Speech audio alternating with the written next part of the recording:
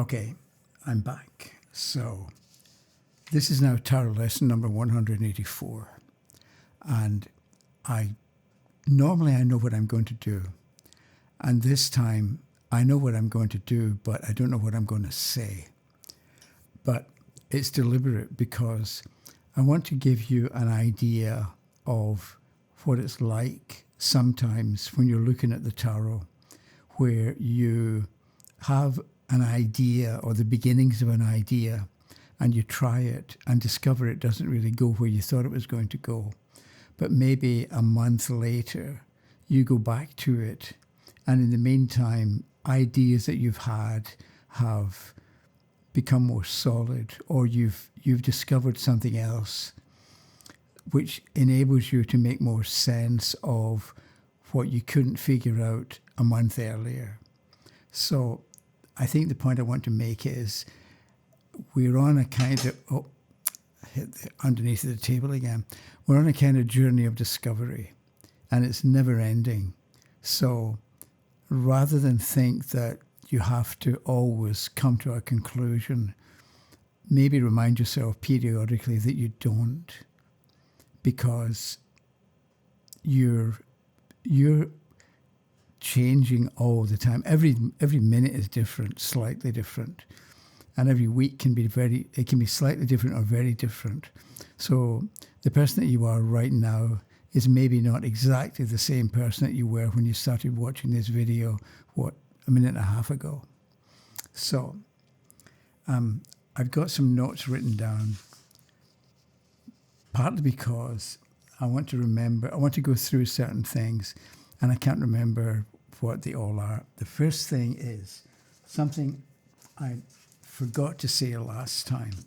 So last time I talked about, that's a circle, right?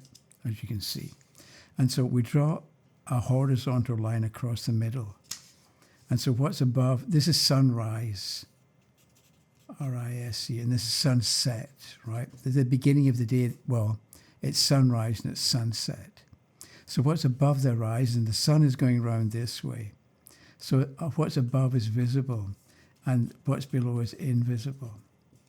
And that's one way of looking at a circle with a horizontal line across. So I did mean to say that I mentioned before about the ancient Egyptians and how they thought that the day began at sunset, not at sunrise. So for the Egyptians, and I think for us as well, the day we should think of the day beginning at sunset. So we begin in darkness, we begin in the invisible, and then later we get to sunrise, and then we see the fruits of what we've been thinking about or what we've been putting in order under the surface or under the horizon, below the horizon. And the thing that I meant to say last time that I forgot was maybe because this is dark and this is light, because it's dark here, maybe in the beginning of any project or the beginning of any idea or plan that you've got, you begin in the dark. So we should not expect clarity right at the very beginning. Because if you start in the dark, you can have an idea of where you want to go, but maybe if you've ever been in a dark room in the light or with no light, you've got to grope around. You've got to put your hands in front of you and walk in so you don't bump into anything. So in the beginning, and maybe this applies to an ace of a suit and a two, maybe in the early stages of something, we're in the dark. We shouldn't expect to be clear about everything and know where we're going and how it's going to turn out. Maybe you have to, in the beginning of anything, accept that you're still in the dark to some extent. And all you can do is move forward, but you don't always know where you're going to go. Whereas down here, roundabout, is midnight. Let me write midnight. M-I-D, right? Okay, so that's midnight. And you can think that because midnight is the end of this day or the end of a day and the beginning of a new one. So somehow the midnight position is kind of like a foundation. So maybe in the beginning of a project, the most important thing to do is to establish a strong foundation rather than be preoccupied with where it's going or how you're going to get there or what it's going to look like when it's all done. Maybe our first thoughts ought to be around, is this helping me to establish a strong foundation? Because if you've got a good foundation, the roots will grow, you've got a strong tree or you've got a strong whatever it happens to be that you're building. So maybe in the beginning with an ace and a 2 and maybe even a 3, make sure that you've got a good foundation. And that can be the kind of thing you point out to a questioner. So am I going to get a promotion? And you get an ace. Okay, that's it for one for a new beginning, but what's your foundation? Are you going to be able to move into the new job and build on what you've already done, or do you have to start from scratch? And in understanding what your foundation is and what you're going to be building on, you're in a much stronger position to benefit from the whole cycle, going from, let's say, an ace through to the 10. Because it occurred to me with the Ace of Cups, right? I haven't got the Ace of Cups here. That's a 6. Okay, so with the Ace of Cups, if your foundation is jealousy and envy, and I'm thinking that because cups is emotion, right? So maybe you've got the Ace of Cups reversed and you want to know what that means or what it's all about. If that ace is a beginning point and you're in the dark, but you're motivated by envy and jealousy, that's not a particularly strong foundation to build on.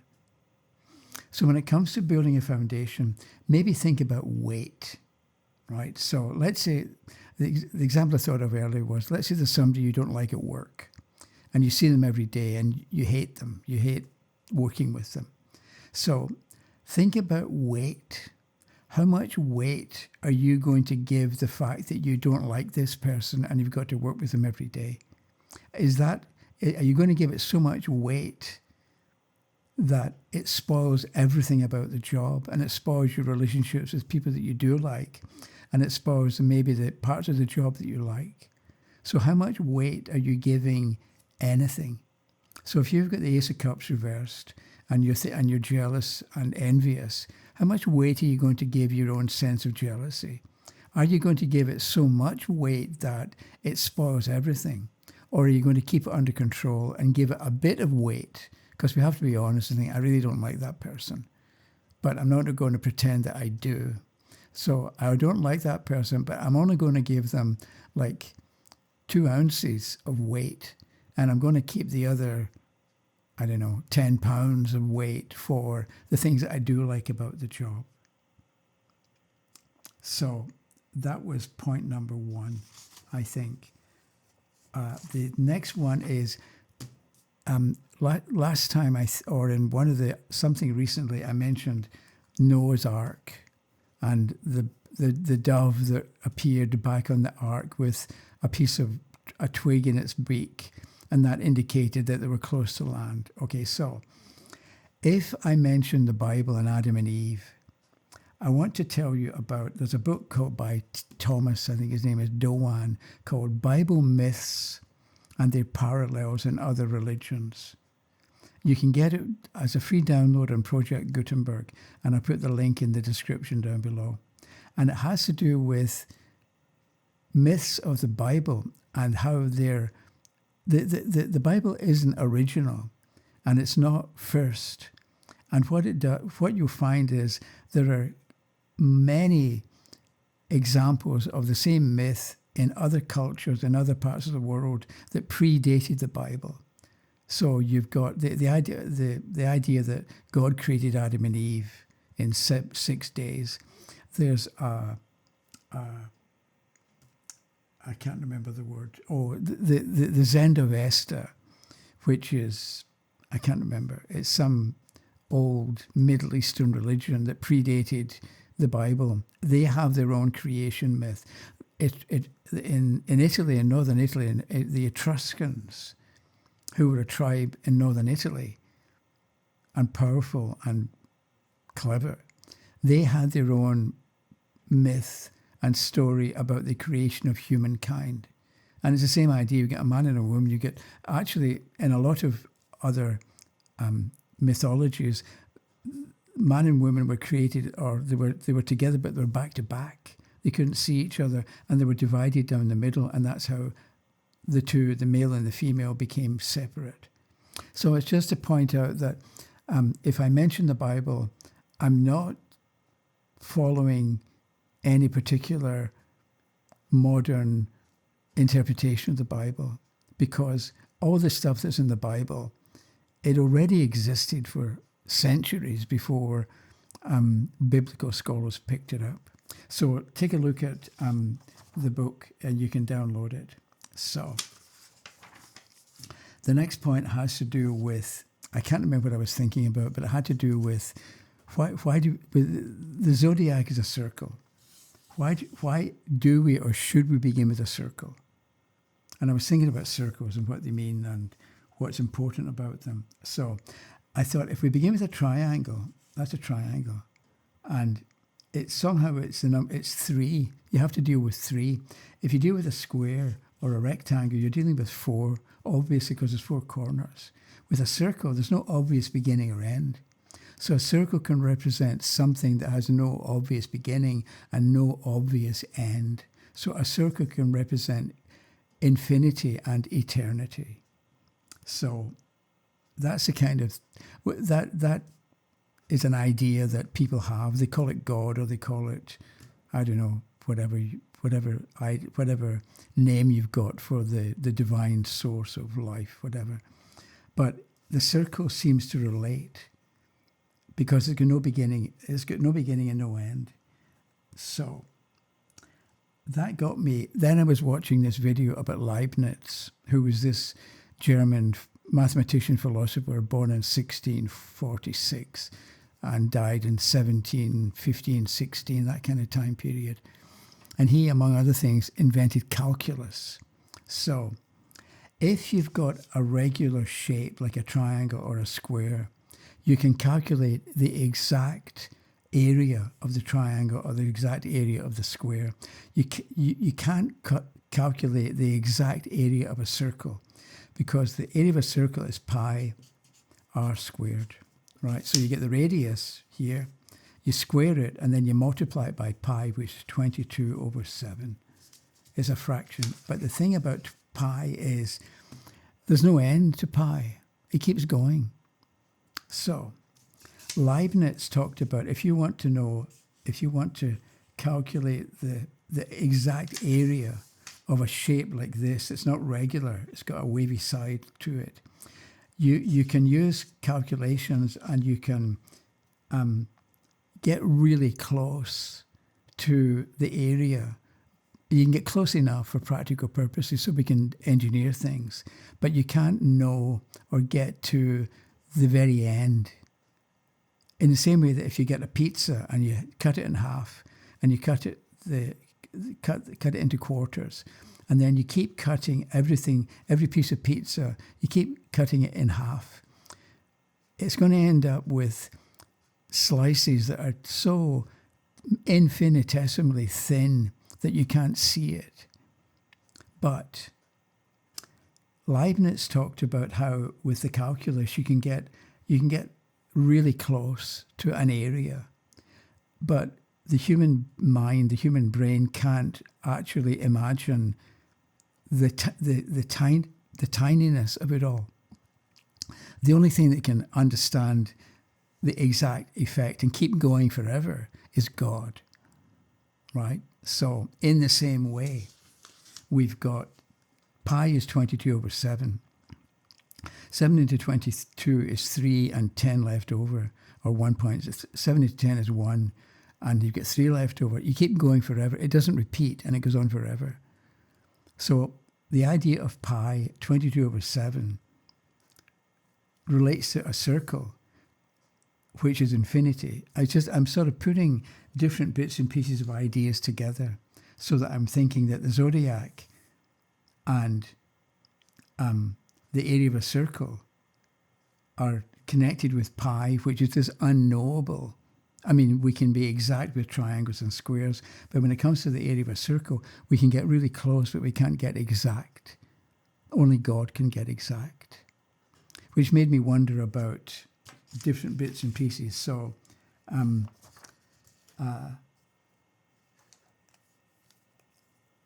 I was thinking about pi, not apple pie or pizza pie, but pi, 22/7.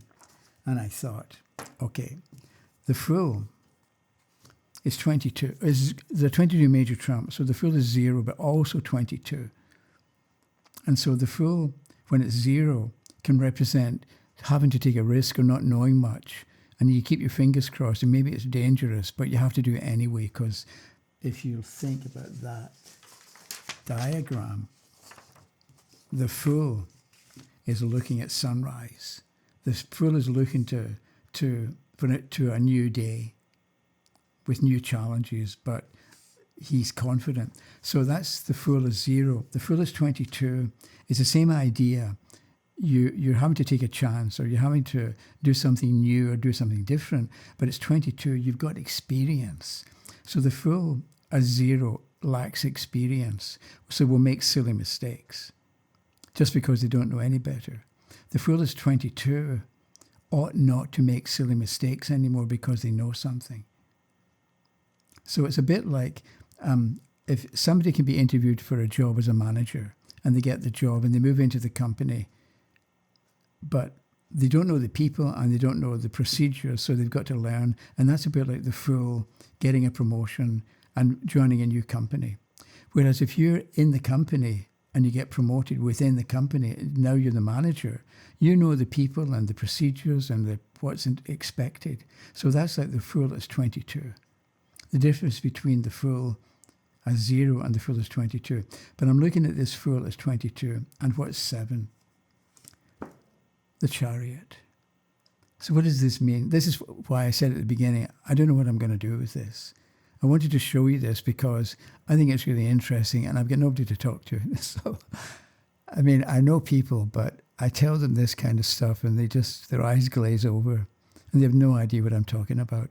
Whereas I think it's valid and useful and is leading somewhere.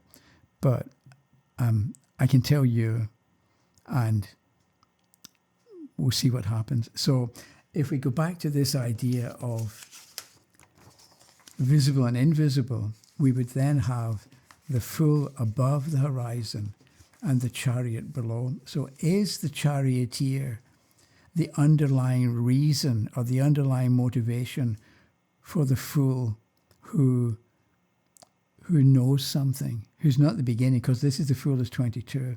So maybe because you've had experience and because you've been round the block a few times as the charioteer, because the chariot is a vehicle, but I think it's mainly about the driver, because you get a person in charge of the vehicle and you decide where you're going to go and how quickly you want to get there and what direction you're going to take, and are you going to be sidetracked and get back on track later.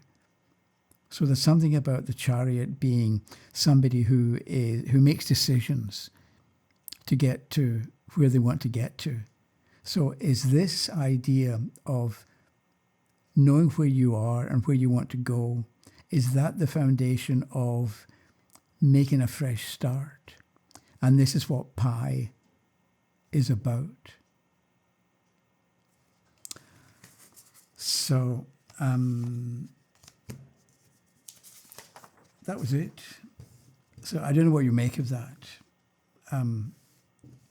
So you can leave me a comment or not. Oh, the last thing is I just uploaded to Substack the latest post called For You and About You, number 8. And the card we look at is the 5 of Batons and a couple of other points before that. So if you want, I'll put a link down below for the direct link for the Substack post. But you can also, if you go to Substack, you can sign up for a free account or free membership or a free account or whatever they call it. There's that. And that was it. So I'll see you in a few days. Okay, thanks for watching. Bye-bye.